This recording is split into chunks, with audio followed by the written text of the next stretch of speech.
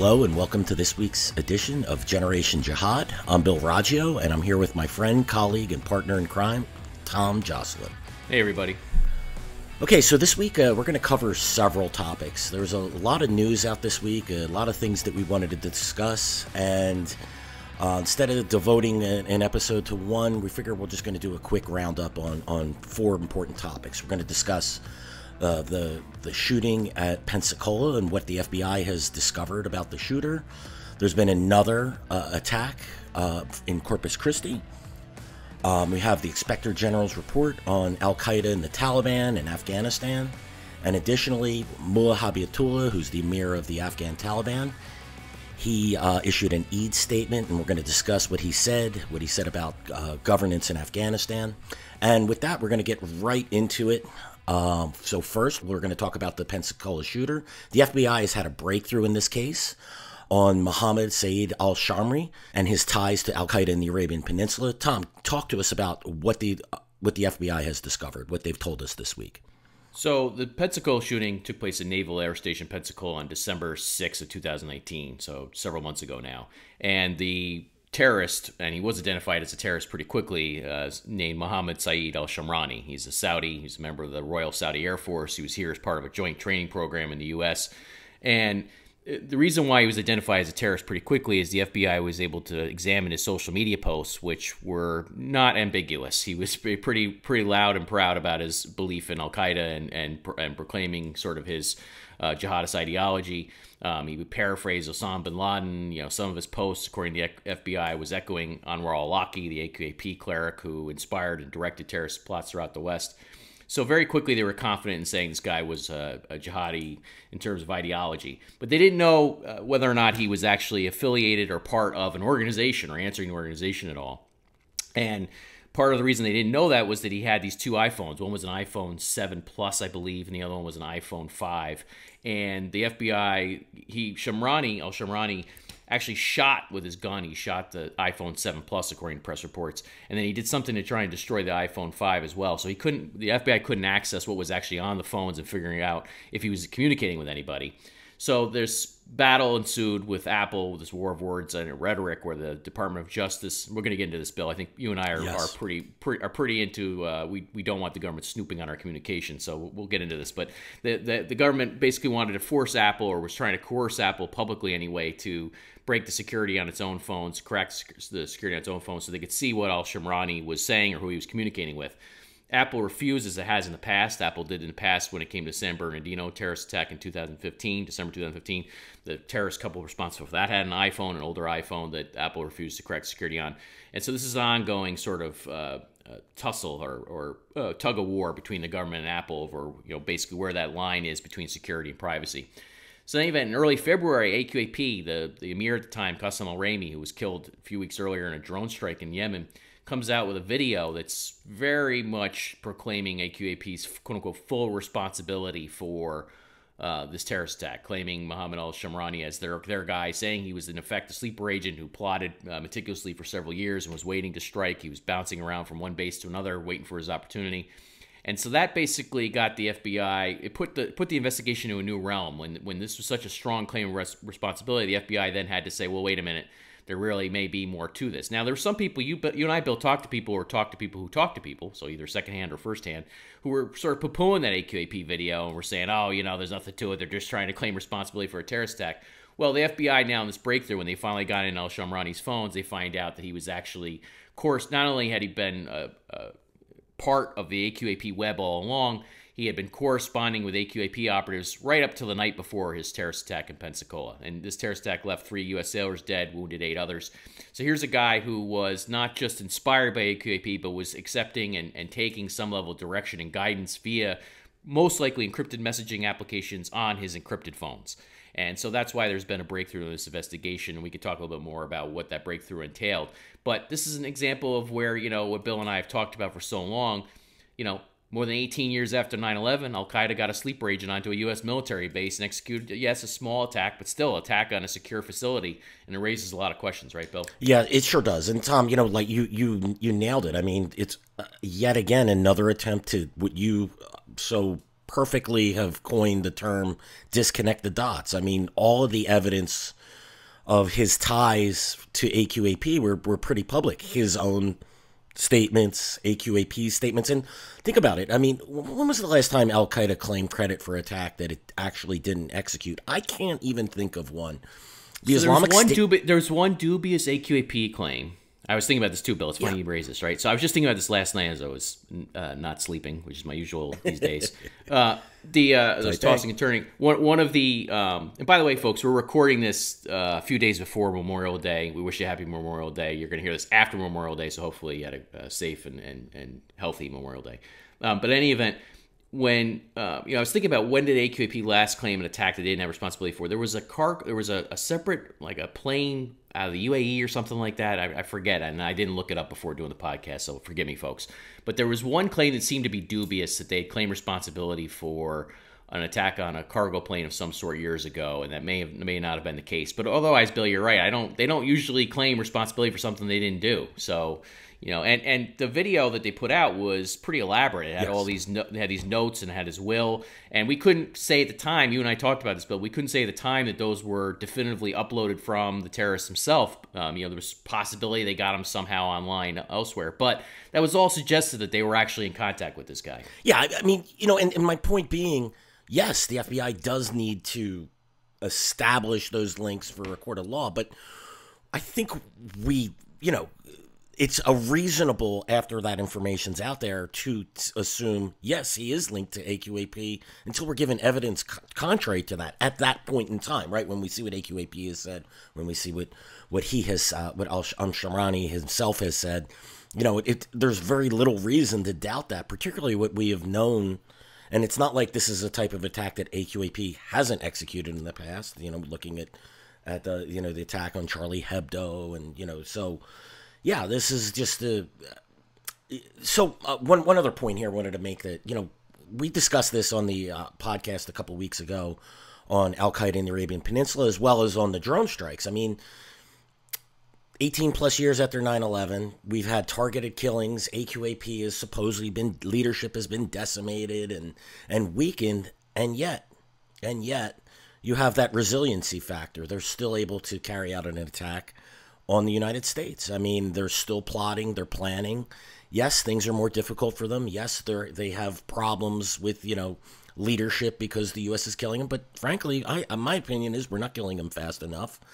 And, we didn't get al-Raymi until after this attack. And, it's difficult for us on the outside to know, but did we make an extra effort to target him? Well, you and I heard that. You and I heard through our channels that there was, after the Pensacola terrorist attack, there was a little renewed urgency. Not that they weren't hunting him beforehand, but there was a little renewed urgency to get Qasem al-Raymi, this al-Qaeda veteran who first joined al-Qaeda in the 1990s in Afghanistan. Al-Qaeda identifies him as, when he's a young man in his early 20s, as somebody who had leadership potential right away. He's dedicated to the cause even after he had a short stint in prison in Yemen. He gets out. He helps rebuild AQAP and relaunch AQAP in 2009. But, we've brought this up in previous episodes. This is to your point, Bill, about resiliency. This is a guy, Qasem al-Raymi, whose career started in the 1990s. He was part of the senior leadership cadre of AQAP from 2009 on, where we finally get him 11 years after AQAP is refounded in the by merging the Saudi and Yemeni wings of Bin Laden's empire. He's killed in early 2020, and this guy's had a long time to put down roots, recruit people, train people, help indoctrinate others, lead an organization. It's tough to actually gauge how effective he was as an overall leader. There's a lot of variables to that. I think, you can see, and certainly AKP has a very hard time inside Yemen itself with a complex multi-sided war, as we've talked about, referring to it as a Game of Thrones type situation. Although we can't really map each one of these guys onto the characters, although we have to do that, I guess, in one episode. That would be fun. But in any event, bottom line, this guy was around for a long time. The U.S. has had success in taking out senior leadership, has had success in suppressing plots, for sure. But the reason why this is an endless war, as we talked about in the last episode, is because it's an endless jihad. Nobody could tell you how many more of these guys are waiting in the wings to take over, right? Yeah, and exactly. And so think about it. He's from the 1990s until 2020, Qasem al-Raymi was active. He'd be the equivalent of a 4-star general, or let's say a cabinet secretary, Secretary of Defense. But I think a general is probably more, a better comparison. who pretty much stuck to the same theater of war by the time he was killed. Our generals hop from here to there to there. So he certainly has the expertise in understanding, yes, AQAP has its issues and there's problems in Yemen and whatever. But, it took us 20-something years to kill a guy who, rose to the level of a 4-star general and was organizing. Now, and additionally, there was Abdullah al-Malki. The U.S. targeted him after the al-Sharani. Yeah, who the heck is he? Tom? Tell us about him. Yeah, who the heck is he? Nobody's talked about him before. This Abdullah al-Malki. I didn't see anything on him beforehand. All of a sudden, he pops up as one of their external operations guys. Here's the thing, right? Go to one of the Google online news searches or whatever, and try and look up Abdullah al-Malki and AQAP before this last couple of weeks of the Pensacola shooting. Tell me what you come up with, right? He's a ghost, Tom. I was inquiries from several reporters. Bill, what can you tell me about Abdullah al-Malki? Yeah, I can tell you absolutely. I mean, and this is our business, Tom. Yeah, these are those in the wings that we never hear about. These are the, this is what we, actually we didn't coin the term. I believe it was the State Department called it Al-Qaeda's deep bench. But it's a bench that's often invisible to us. It's in that black hole. No one knew who he was. He probably only became, the U.S. military, my guess, and intelligence probably only became aware of him after Pensacola, because they probably intercepted communications from him. Or it's one of those things where he, his nom de guerre is known, and it's sort of in intelligence channels and reporting. Yeah. But his importance isn't really understood until after Pensacola. That's the other possibility. Yeah, exactly. But the point being, this is what we're dealing with. And so Abdullah al-Malki, just for our listeners can understand, this is a guy who was in Yemen who was communicating with Mohammed Saeed al-Shamrani right up till well, we don't know exactly how long he was specifically communicating with al-Shamrani, but we know he was communicating with him, and we know that either he or other AQAP operatives were communicating with al-Shamrani right up till the night before the attack. So this is the type of thing that's going on through these secure communications that it's highly problematic for CT officials. But two quick things on this. One, Bill, you mentioned these guy Qasim al-Rami is the equivalent of a 4-star general, right? Well, here this gets to the basic epistemological problem we've harped on for all these years, and it gets a little frustrating, right? How many 4-star generals does AQ have? Who's in that leadership cadre? How are they structured? What do their committees look like today? How many guys do they have in leadership? Nobody's publicly saying. I'm sure there's some assessment floating around inside the U.S. somewhere, but there's such utter confusion over how to even define Al-Qaeda after all these years that it really gives me a dim impression of everything. I mean, the bottom line is you don't really know how many Qasim al-Ramis are out there, or how many how effective he was internally in the organization, and how many replacements he has waiting on deck. Yeah, that is just, in a nutshell, that is the problem. That's what we struggle with day in and day out in our work. And we know there's individuals in intelligence and military who look at these things properly, but it doesn't filter upwards, and that's really a massive problem. And in fact, I mean, look at the scandal at CENTCOM, right, several years back, where they were changing reports on Afghanistan and Iraq in order to give a better rosy assessment, and you had basically a revolt, and no one ever paid a price for that at CENTCOM. Because just before that, because you and I are pretty much we consider ourselves patriotic Americans who believe in we want to protect our civil liberties, and there's a real concern here when it comes to we basically are strong, want to be strong on the security front, neutralizing threats like AQAP, but that doesn't mean we want anybody snooping around on our phones or have the ability to snoop around on our iPhones or anything else. And one of the things that came up here, Bill, was this idea that Apple issued a statement after the Department of Justice and the FBI come out and they hold a press conference. We're recording this Saturday, Memorial Day weekend, folks, and this was Monday before this.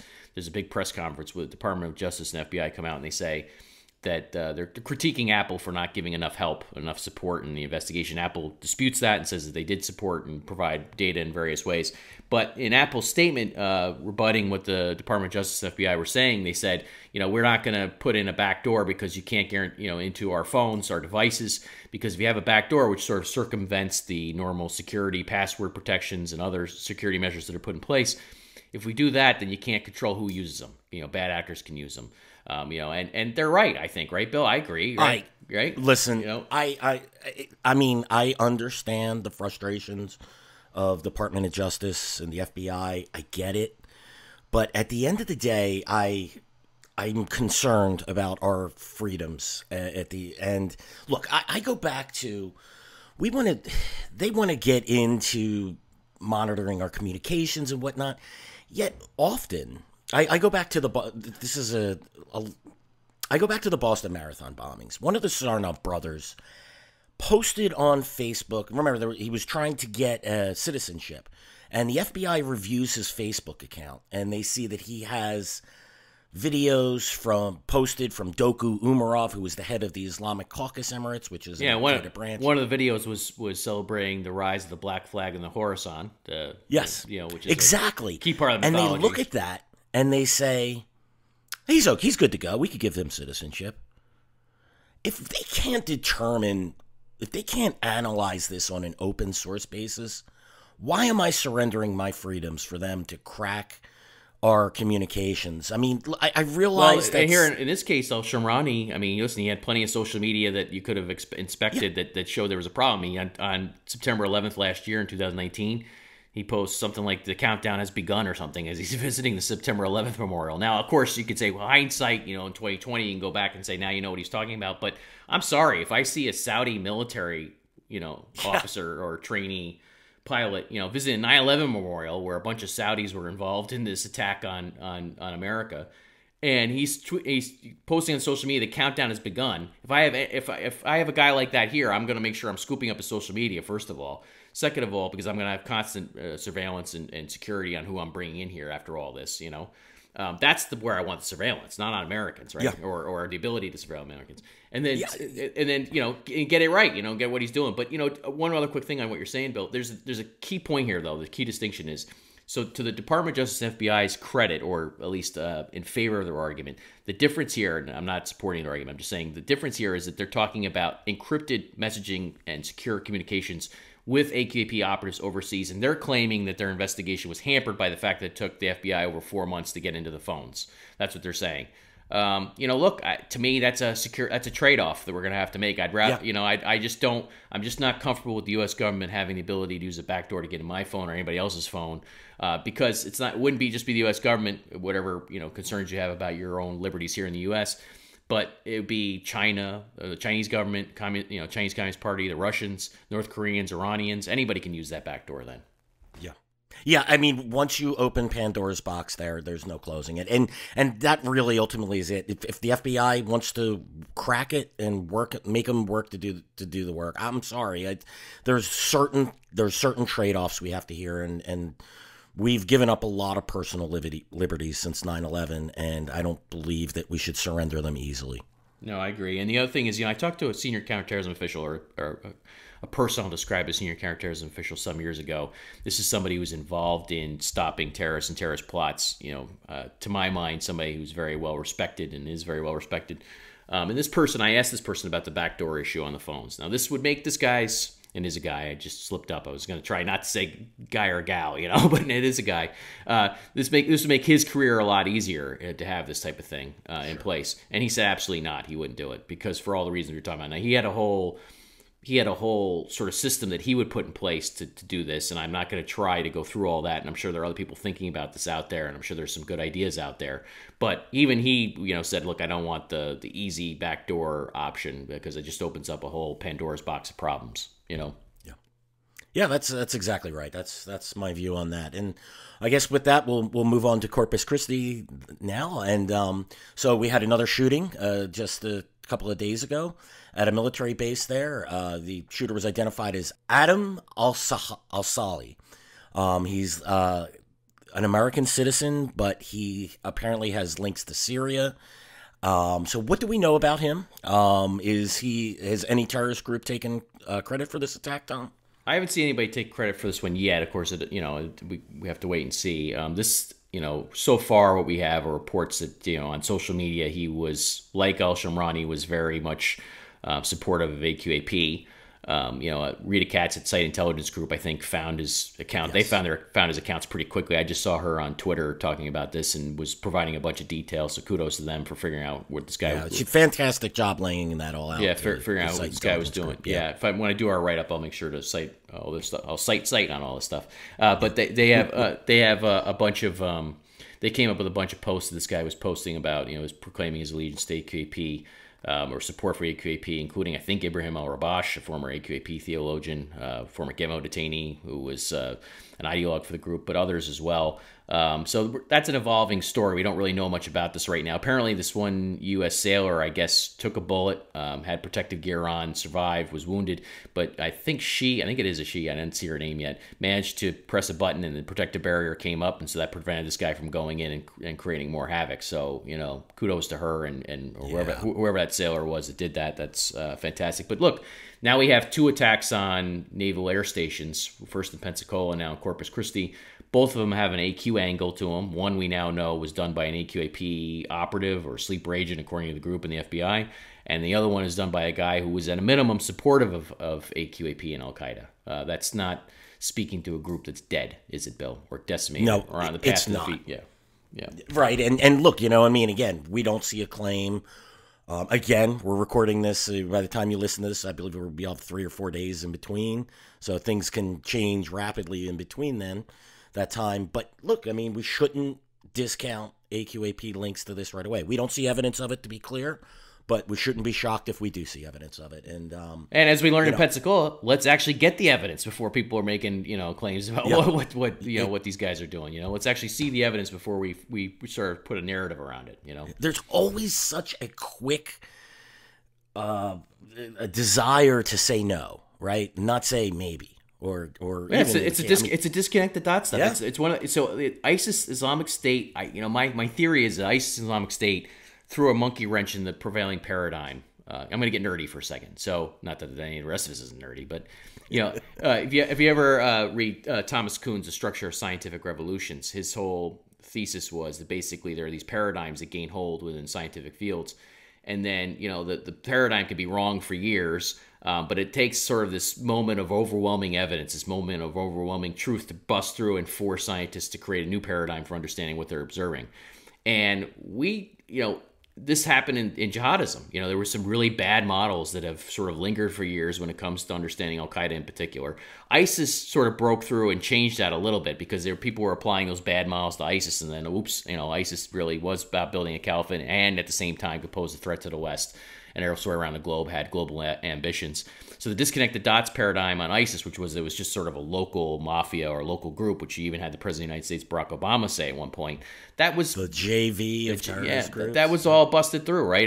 You can't return to that paradigm after it's sort of conclusively disproven. But you still see these arguments linger when it comes to Al-Qaeda itself, right? You still have you still see this stuff out there where Al-Qaeda is not really interested in the local game. Well, no, they're very interested in the local game, more so even than striking the so-called far enemy. But they can walk and chew gum at the same time. They can, and the U.S. side has done a lot to limit them throughout the years for sure.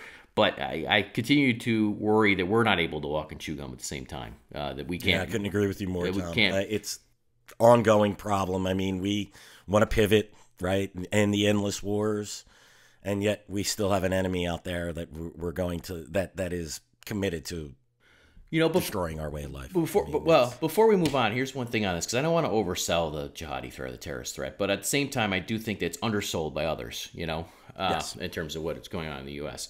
And here's the one point on this before we move on all this. I think the big question really for me is, does Al-Qaeda have the capacity, and have they made the decision to try another big attack in the West on civilians? Because if you look at what happened at the Naval Air Station Pensacola. You think about Charlie Hebdo. Yes, Charlie Hebdo was against civilians, but it was very much so a targeted attack to make a political message, a religious message. This wasn't. I always compare Charlie Hebdo attack in January 2015, which was certainly facilitated and executed by AQAP. I always compare that. And by the way, there was disconnected dots on that too. There were people saying, right away. Yeah, right. We're totally wrong on that. With the Charlie Hebdo attack in January 2015, I always compare that to the November 2015 attack by ISIS, which was symbolic to a certain extent, sure, by hitting stadiums and hitting the Bataclan Theater and that sort of thing in restaurants, but it was sort of much broader across Paris, whereas the Charlie Hebdo attack was really precisely targeted to go out and have a political message, a religious message to say we've avenged the prophet and these people who allegedly smeared him. That was the idea behind it. You're seeing these sort of strikes by Al-Qaeda now, AQAP, but we haven't seen a big attempt in the West to do something broader, like on trains or planes or anything in some time. We haven't seen a bigger attack in a while. And I think there's an open question about whether or not, when and if they'll make the decision to try that again, because we think that they will, right? We know that there's been a stand-down order on that. And then whether or not they have the capacity to get it through. Those are two sort of separate related issues. Yeah, I mean, I go back to Pensacola here, right? Al-Shamrani was in pilot and training. He could have conducted a very different type of attack. Totally. And yet he chooses to do a shooting and directly target military. I think you're dead on, Tom. These are targeted attacks, very specific targets for a very specific political message, whereas the Islamic State was almost doing the Al-Qaeda 1.0. I go back to Spain or London or whatever, right, where they're targeting trains and, Al-Qaeda's kind of gotten away from the let's just go after civilians. Yeah, I mean, well, even 9/11 had a symbolic component of it, because they wanted to hit the economic, defense, and political nerve centers of the United States. So they were, for even that, they wanted to send a message with it. Yeah. Absolutely. Yeah. But I mean, I think at least what we're seeing I believe what we're seeing with these Al-Qaeda types of attacks. It's a question of scale. They're even more focused than that. It's a question of scale. It's a question of scale. Much more focused. Yeah. Now, the question of scale, I mean, part with the scale is that, of course, as you scale it up, it becomes much more susceptible to the FBI and others intercepting it, because, even with 9/11, the road to 9/11, which we'll do an episode on that sometime, let's just add that to the list of things Tom says we're going to do an episode in the future on. If you're keeping track, I don't know, we probably got 25 of those now. But even on the road to 9/11, Al-Qaeda had a lot of stumbles. I mean, Muhammad al-Qahtani stopped in Orlando airport. Zacharias Moussaoui, who may or may not have been involved in the 9/11 plot specifically, but was certainly involved in either that or a follow-on one, depending on how you look at the evidence. But he was certainly involved in the 9/11 network. He stopped in August. He's arrested in August of 2001. They had a lot of problems. They had a couple operators who could have been detected when they came to California. Khalid al-Madar and Nawaf al-Hazmi, I think their names were. These guys all could have been, they had a lot of stumbles.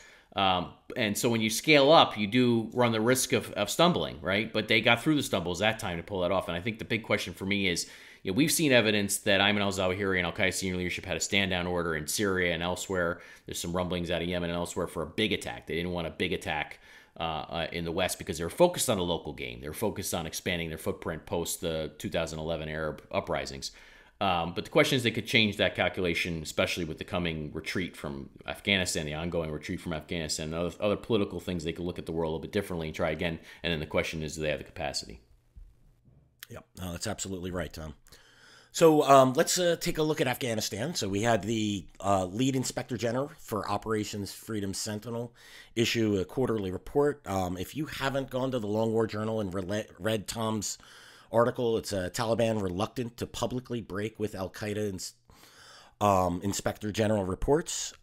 So I would highly recommend you read it. Tom dissects this with the precision of a surgeon. Tom, talk to us. The main takeaway is that the Inspector General says that the Taliban is reluctant to publicly break its ties with Al-Qaeda. Tell us why that's interesting, and also tell us why there's a lot of logical inconsistencies with that. Well, the thing that we've been tracking for years, Bill, and we've talked about, is that there's this perverse desire by the American side to put words in the Taliban's mouth. So going back to 2013, U.S. officials actually drafted a statement in Mullah Omar's name that was supposed to be a renunciation of terrorism that they wanted the political office of the Taliban in Doha to read aloud. Just think about this. The U.S. had to actually craft words for the Taliban to read in this regard because the Taliban wasn't going to do it itself. Nobody told these same officials that Mullah Omar was actually dead at the time and the Taliban was playing Weekend at Bernie's with his corpse. And so therefore, basically, even if they had read the statement, it would have been meaningless because it was in a dead man's name. But guess what? They didn't even read that statement. So then you flash forward to the early this year, February 29th, and we're looking at this agreement that was put forth in Doha was basically the newest attempt to put words in the Taliban's mouth. And of course, that agreement didn't have a specific formal renunciation of al-Qaeda. We've laid out what that would entail. They didn't do that. And now comes along this Inspector General's report saying, oh, the Taliban's reluctant to publicly break with al-Qaeda. Well, no shit, Sherlock. We've been tracking this for years. And why is that, right? So what are they going to do? They're going to privately break with al-Qaeda? How's that going to work? They're going to be a super secret pinky swear in Doha? No, we really are going to break with al-Qaeda. We just don't want anybody to know it. I mean, how does this work, And so you got to show us something, right? You got to show us some specific facts. And the point, what I took away from the report, first of all, they cited some of our reporting, which we're very thankful for. They cited, including the analysis I did of al-Qaeda's 3-page statement after the Doha deal. This is the February 29th accord between the U.S. and the Taliban. It's a withdrawal agreement. Al-Qaeda comes out and supports it. Not so much of a break, Direct evidence of a break. I mean, yeah, or not. Yeah, not. And they come out and support the deal. And you have other facts cited in the Inspector General's report. They cited the UN report, which we wrote up from earlier in the year, saying that even though Al-Qaeda was concerned about, Al-Qaeda in the Indian subcontinent was concerned about the quote-unquote peace talks, which of course weren't really peace talks, they maintained a close relationship with the Taliban anyway. And you had evidence in the report of they cited the Defense Intelligence Agency along those lines. DIA apparently concluded the AQIS, that's Al-Qaeda in the Indian subcontinent, still has close ties to the Taliban, which is what I was just citing. And there's other evidence in the report as well. But the bottom line is, there's still this far out. We're going on 3 months now. After the deal, there's no evidence, zero evidence of any kind of break between the Taliban and Al-Qaeda. And this smells and looks like that it was just basically the U.S. trying to put words in the Taliban's mouth all over again, right, Bill? Yeah, I mean, look, we knew it was going to be in this agreement before it came out. We knew what it was once it was released. I don't like to, give ourselves a pat on the back, but we called this thing straight down the middle. I mean, and it's really frustrating. I got to tell you, part of our job is part of the big frustrations that I know you and I have is being right on this. We couldn't have been more right about this. This is what does, I mean, I know I'm repeating you here, but what the hell does privately breaking with Al-Qaeda look like? Tom, how many attacks has the Taliban conducted on Al-Qaeda since this agreement? Yeah, zero. Zippo. Right. Nada. It's right. Remains flat at zero. We hit and that according to the UN and other reportings, you have several hundred AQIS fighters. None of them have been turned over. None of them have been identified. There's no evidence whatsoever this agreement has meant anything on the ground. This is what's perverse about this. The U.S. now wants to pretend the Taliban is something it isn't, and wants to cast that as something it isn't, for no apparent reason, right? I mean, it's all rooted in Taliban apologia, really, basically this absurd view of the Taliban. Yeah, I mean, look, to me, this is just perfect evidence that this deal is merely a withdrawal deal. It's cover for the U.S. to leave. Now, while the Taliban,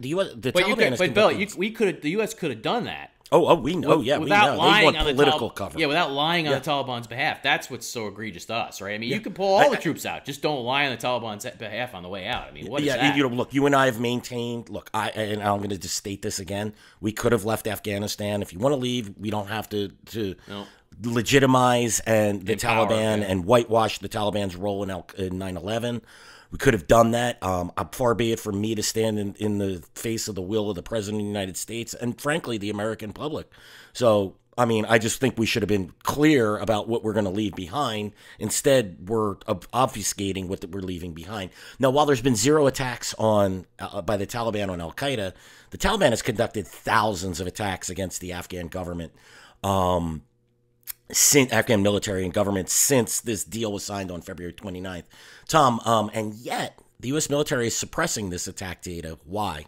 Oh, well, this is a beautiful thing that we've covered for years, Long War Journal. Yep. So if you want to know why we're critical of big DOD and some of the U.S. military's actions at times, they'll put out a metric and say, okay, this is key for understanding success in the war. Oops, that metric's not going our way, so we're not going to put it out anymore. Guys, and so they had this enemy initiated attacks was one of the data sets they were putting out. They were giving to this lead inspector general's office. And now they're saying, well, we can't put it out because it's quote unquote. Now I'm going to read this. This is ridiculous. It's worth reading. Yeah. Yes. It says, thank you for putting this in our show notes, Bill, so I don't have to go look for it. But anyway, again, for my own piece. But it says, quote unquote, this is sensitive as it was part of ongoing interagency deliberations over whether the Taliban is complying with the terms of the agreement with the United States. What? Everybody knows the Taliban went on the offensive against the Afghan government after the February 29th deal. There's multiple sources on that, multiple ways you can verify that, including their own statements, by the way. Second of all, we can all look at the text of the deal, and there's nothing in that says the Taliban shouldn't go on the offensive against the Afghan government because they didn't agree to a ceasefire, they didn't agree to a reduction in violence. There's nothing in that about that at all. So we can all see that the Taliban is A, on the offensive, and B, that's still in compliance with the deal because there was nothing prohibiting it. So C, why aren't you releasing the data? It doesn't have any bearing on whether or not they're complying with the deal or not. I mean, it's sort of ridiculous, right, Bill? Absolutely. I think look, it wouldn't be perfect, but if you replace sensitive with embarrassing, I think that statement might make a little bit more sense. Bingo. Bingo. That's a great way of putting it. That's a great way of putting it, exactly. And that's really, this is DOD, when this data doesn't show what it wants to show, it suppresses it. When it embarrasses them, it suppresses it. And look, I was the first one to start tracking district control in Afghanistan. The DOD or U.S. military in Afghanistan started tracking it probably about 6 months after. There's a long story behind that I'm not going to get into here, but they started doing it after I did it. I would get calls from colonels in Kabul to ask me what I was doing and how I was doing it. And then all of a sudden they start tracking this data. But when they started releasing it, they said, this is going to be a metric to show the success in Afghanistan. And as soon as it stopped, what it started showing, excuse me, the military's own data, right? And so keep in mind, it's going to be the rosiest possible assessment, consistently showed that the Taliban contested or controlled about 45% of the country. The data about 1% to 2% every quarter, it would show just a little bit more Taliban control, just a little bit more. It showed the exact opposite of what they wanted to portray, which was the Taliban was losing ground. And as soon as that happened, after a couple of years, they cut it off. And then they said, it's the U.S. military stated, which you would think, again, the U.S. military should be very concerned about what the Taliban controls and contests, particularly if it's running military operations in these areas. It said, that's not important to us. What's important is the status of the negotiations with the Taliban. After General Nicholson said that it was the key metric, it was actually key for understanding what was going on. And then all of a sudden, no, he's right. It's not the key metric. He was right though, Tom. It was a key metric. It was key to understanding in that regard. What was going and then all of a on. sudden, it's not a key metric anymore. We don't even need to release it. Okay, guys, thanks for that. Yeah. So I mean, more. That's more what of a the lost same. war. That's what a lost war looks like, right? Yeah. I mean, Look. The other we day, published an op-ed in the New York Times. What in 2018, saying this war is lost. 2015, basically. 15. Yeah, you're right. God, the time is flying. And this is why. I mean, it's a lost war. We're just waiting to. We're like keeping this corpse, on life support. Well, hey, look. Now. I mean, only I'll just say two other quick things. One, so the U.S. also suppressing the airstrike data in Afghanistan and elsewhere because they don't want to. They don't want to show the U.S. has come to the defense of the Afghan forces as they're being attacked by the Taliban. Again, I think that's something that should be publicly known because again, it shows that the Taliban. It undermines the central premise of the deal, which we're going to get into in the last segment of this episode, which is this idea that there's some political will within the Taliban to reconcile with the Afghan government and sort of share power in some sort of kumbaya moment. There's no evidence for that, zero to this day. Taliban apologists, and yes, you are Taliban apologists, have tried to pretend otherwise. In a future episode, and again, add this to your list, folks, we are going to do a special episode. I have to do it because this is one of the things that gets me fired up, gets you fired up too, I think, Bill. We're going to set the record straight on the period of Taliban-Al-Qaeda relations between 1996 and 2001, and I'm going to eviscerate some of the arguments that are out there in that regard. And show you how comprehensive the evidence set is in that regard and what was going on. But the bottom line is, the U.S. government now doesn't want to put out data that shows that the Taliban kept fighting after February 29th, went on the offensive, and is just using that excess capacity that they no longer have to worry about turning on Western forces because they're happy not to attack the U.S. and its allies as they withdraw. They're taking that excess capacity and just putting it all on the Afghan government. Now, leads one other quick point, which is I think if there's any benefit to all this, the Afghan government should now know that they can't count on the Trump administration going forward. That, basically you look at the rhetoric from Secretary Pompeo and Zalmay Khalilzad and others, it's very, basically very favorable toward the Taliban. Oftentimes they're criticizing the Afghan government and not criticizing the Taliban. This is all very curious. The Afghan government now needs to know, this is their shot to try and get their act together and fight on with the U.S. presumably leaving. And if there's one last shot at it, this is it, to try and keep the jihadis at bay.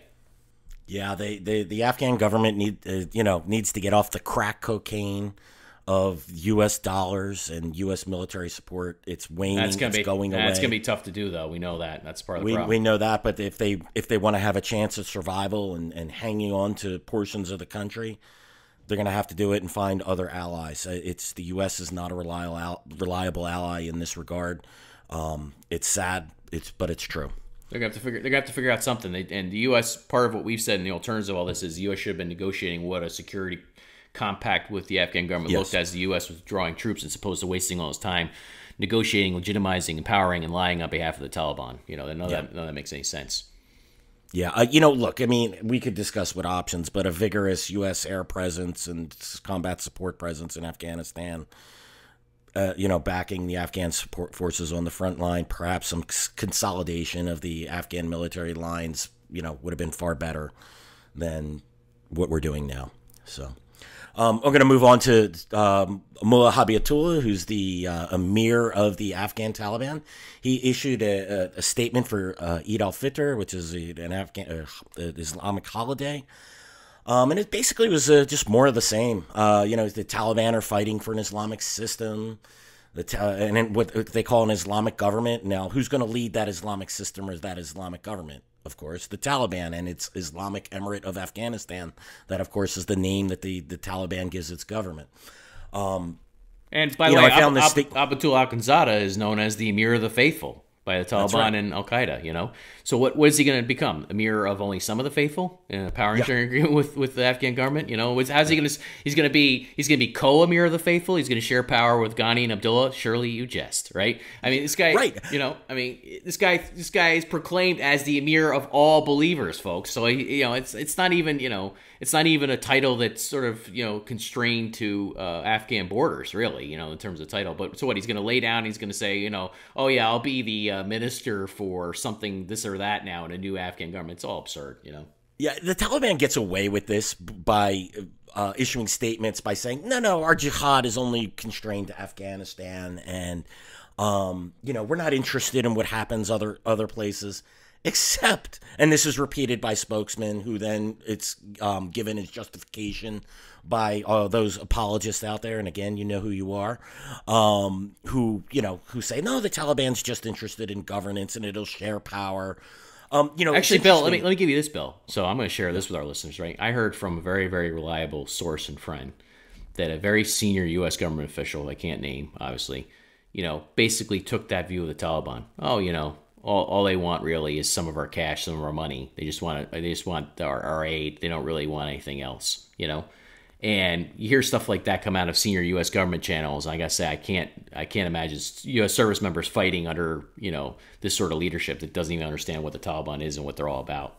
President Trump himself said that. He said, they're just interested in. Yeah. They actually like the American presence because they get the graft off of it. Yeah. This is how these bad ideas filter upwards, because it's one thing I found really kind of interesting and funny about this. The Taliban tried to assure, or I'm sorry, Mullah Habibatullah Akhundzada tried to assure Afghan people and the West. Obviously, this statement's issued in English, so we want us to read it as well. And he says that the Taliban isn't interested in monopolizing power, and then he says, all will be given rights under divine Sharia law. Yeah. Well, who's going to enforce that divine Sharia law? Yeah, and Sharia, of course, is Islamic law, and we all remember what that looked like from '96 to 2001: public stonings, burying women up to their heads in soccer field shootings. We all know what that looks like. So he's saying, no, there'd be no monopoly. You're all covered under Sharia law, as it should be, and the Taliban will be the ones enforcing that. Yeah, and do you think Ghani and Abdullah have the same version of Sharia law that Habibatullah Akhundzada does? Of course not. Would Al Qaeda be endorsing the Taliban and its Islamic Emirate, if it produced anything other than a version of Sharia or Islamic law that is in fact completely consistent with their radical beliefs? No, of course not. They're not going to endorse all that. I mean, it doesn't make any sense. It's just. But again, but the point is that there's been a lot of vested effort in pretending that the Taliban is about something other than resurrecting the Islamic Emirate of Afghanistan. Well, that's what they've been fighting for all these years. That's what Al-Qaeda is fighting for all these years, and there's not a hint of evidence of a break between the two since February 29th. You look, the apologists will read the part, it won't monopolize power, right? That's what they'll take away. Right. And then they discount the rights under, and it's a direct quote. It's funny that they would say divine Sharia law, but that was directly from them because we all know Sharia is Islamic law. So, you got to put the two together, folks. And when you go back and read their statement, I mean, that I believe it was February 7th, they issued a statement. They issued actually a religious decree or a fatwa stating that the only acceptable outcome is to reestablish Islamic Emirate with Mullah Habibullah Akhundzada as its emir. They didn't fight for this for nothing. Or to share power. They also issued a statement back in 2016 directly talking about sharing power for some, and this is a quote, a silly ministerial post. Oh, I love that one. You pulled that one. That was a great way of just that's what I was indirectly referencing too. What Habibullah Akhundzada is going to be what? Minister of what? Minister of right. I mean, come on, Yeah, for real. And I mean, look, he sent his own son out as a suicide bomber in Gurez district in Helmand province. I believe it was in 2017. He's going to settle, right? I mean, is this what people want to believe? So anyway, another interesting thing that with this, and it's nothing new. I think I stated at the very beginning, this is more of the same. But he also issued a general amnesty for its opponents, right? He did the Taliban. He did that in his statement after the withdrawal agreement was signed. It's been in several other statements. But again, you don't issue amnesty for someone or for a group of people that you conduct an agreement with. Amnesty is going to share power with. Defeated. Whether you're going to share power with. Yeah, you don't have to grant amnesty to people you're going to have, come together with and shake hands. I mean. Yeah. I mean, these are all the tells, the continued statements about Islamic system and Islamic government, the divine Sharia law that you'll all be taken care of, the offers for amnesty. But then again, you don't even need that because they issued that fatwa where they stated, again, I'm going to go back to that. I mean, look. Where they stated that the only acceptable outcome is the establishment of Islamic Emirate and Habibullah as its emir. I mean, so, folks, I don't know what, Taliban officials are whispering in your sweet nothings into your ears. That's like General Miller saying, hey, you promised. We had a discussion about reducing violence by up to 80% in Afghanistan. Yeah. Okay. Well, that was just maybe what they whispered in your ear, but what they're actually doing in Doha. Yeah, exactly. Yeah. And what they're actually doing is adhering to the agreement. And I hope that irony isn't lost on General Miller, who either is, frankly, a fool or was willingly duped. Well, that's a pretty cheery, I think, way to end this week's episode. I think we can leave it there for this week. This is a shortened episode because it's being recorded on Memorial Day weekend. We hope you guys had a great holiday. You're going to listen to it, hopefully, after the holiday. We'll be back in the following weeks, of course, with more episodes. We're different episodes dealing with different narratives, different topics. We're going to line up different guests. But thank you for listening to this week's episode of Generation Jihad. Please do subscribe to the show. As a reminder, you can find us on Apple Podcasts, Spotify, YouTube, or anywhere else you listen to shows. I'm Tom Joscelyn. I'm here again with Bill Roggio. We're both senior fellows at the FDD. That's the Foundation for Defense of Democracies. We support we're thankful for their support in this podcast and everything else. And we'll see you next week.